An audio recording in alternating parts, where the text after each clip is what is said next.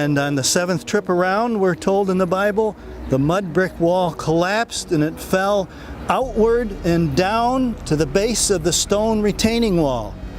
And when the archaeologists dug in this area, they found this pile of mud bricks all the way along the retaining wall. So where I am right now is where the pile of red bricks were found. That's correct. It begins with silence. A dry wind moves gently across the desert floor, and the sun hangs low above the Jordan Valley. Beneath a dusty hill known as es-Sultan lies a secret the earth has guarded for thousands of years. The ruins of a city that once stood as a symbol of strength and pride.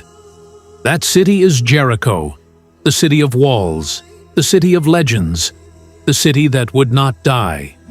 For generations, many dismissed its story as pure myth. They said it was only a tale from ancient scripture, a moral lesson, not a record of history. Walls falling down because people shouted and blew trumpets, they laughed.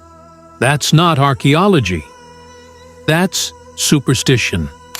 But in recent years, something remarkable has come to light beneath the sands of Jericho.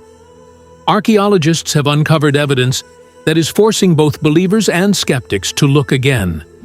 Evidence that whispers of something powerful, something real, and something that might just change how we see the past. Before we uncover what they found, make sure you subscribe to our channel. Now, let's return to the beginning. To the moment the walls of Jericho came tumbling down. Jericho stands just north of the Dead Sea, in one of the hottest and lowest regions on Earth. To most travelers, it looks like nothing more than a barren mound of dust. But that hill, called es-Sultan, hides one of the oldest cities ever discovered. Archaeologists have revealed that people lived here more than 10,000 years ago. Layer upon layer of ruins tell the story of generations who rebuilt their homes on the same spot, until, one day, it became one of the strongest fortress cities of the ancient world. During the time of Joshua, Jericho was not just a city.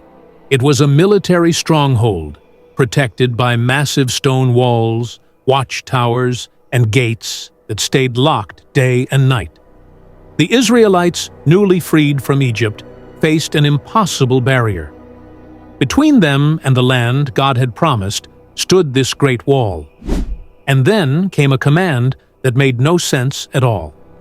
In the book of Joshua, chapter 6, God gave Joshua instructions that defied logic.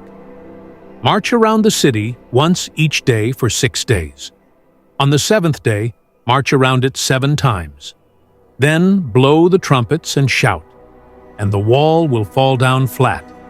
No siege weapons, no ladders, no battering rams, only faith and obedience. And according to Scripture, it worked.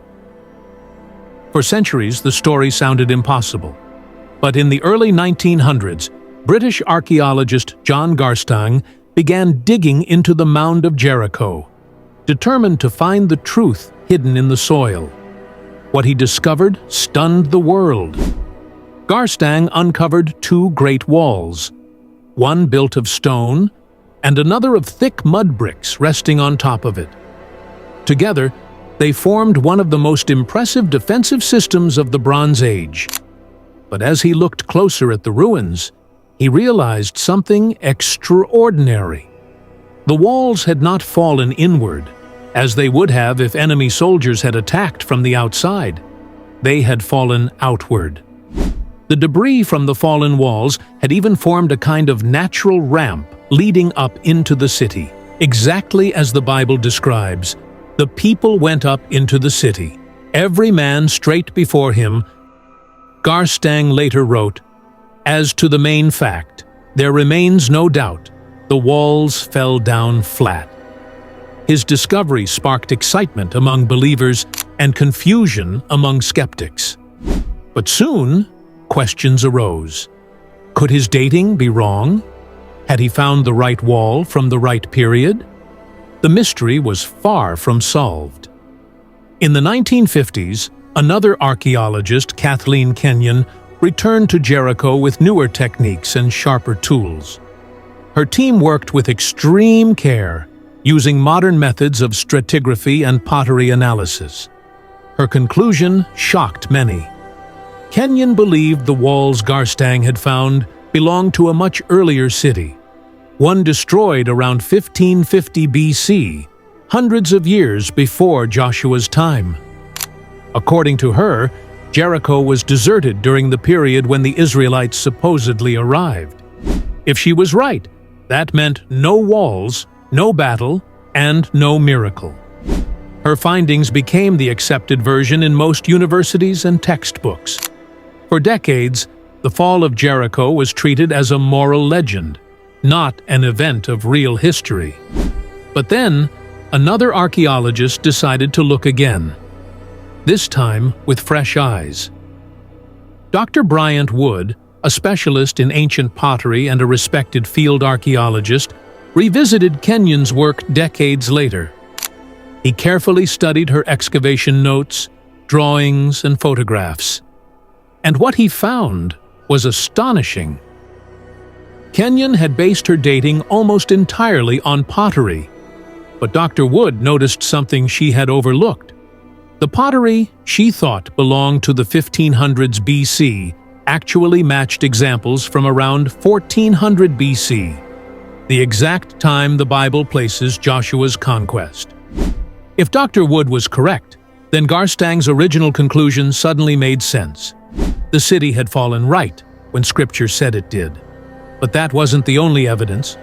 Archaeologists also discovered storage jars filled with grain that had been burned but not eaten. In ancient warfare, conquerors always took food as a prize.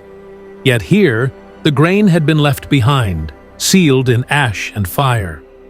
That detail matched the biblical account precisely. Then they burned the city with fire, and all that was in it. Joshua chapter 6, verse 24. Every clue, the walls, the pottery, the fire, and the untouched grain, painted one clear picture. The Bible story wasn't a myth. It was a memory written in the soil. Today, when the evening sun sets over the ruins of Jericho, the stones glow gold and red beneath the desert light. The air feels still, heavy with memory. You can almost hear the echo of trumpets, the same sound that once signaled the end of a city and the birth of a nation's faith. Jericho's story is not only about destruction, it is about the power of obedience, courage, and belief. Joshua didn't conquer Jericho with weapons, he conquered it with faith. The kind of faith that listens, waits, and moves when God says, move. Be strong and courageous, God told Joshua. Do not be afraid, for the Lord your God is with you wherever you go. Joshua chapter 1, verse 9. That promise still echoes through time.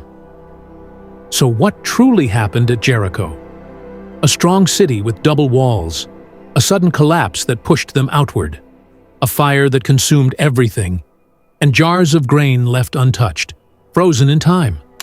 Maybe it was an earthquake, maybe resonance, or maybe it was something greater than both. A divine event recorded by witnesses and remembered through generations. Whatever you believe, one truth stands unshaken. The evidence is there. The walls did fall. The city was real. The story endures. And perhaps, buried beneath the dust of history, faith and science are not enemies at all, but two sides of the same truth waiting to be uncovered. Because sometimes, when heaven and earth agree, even the stones begin to speak.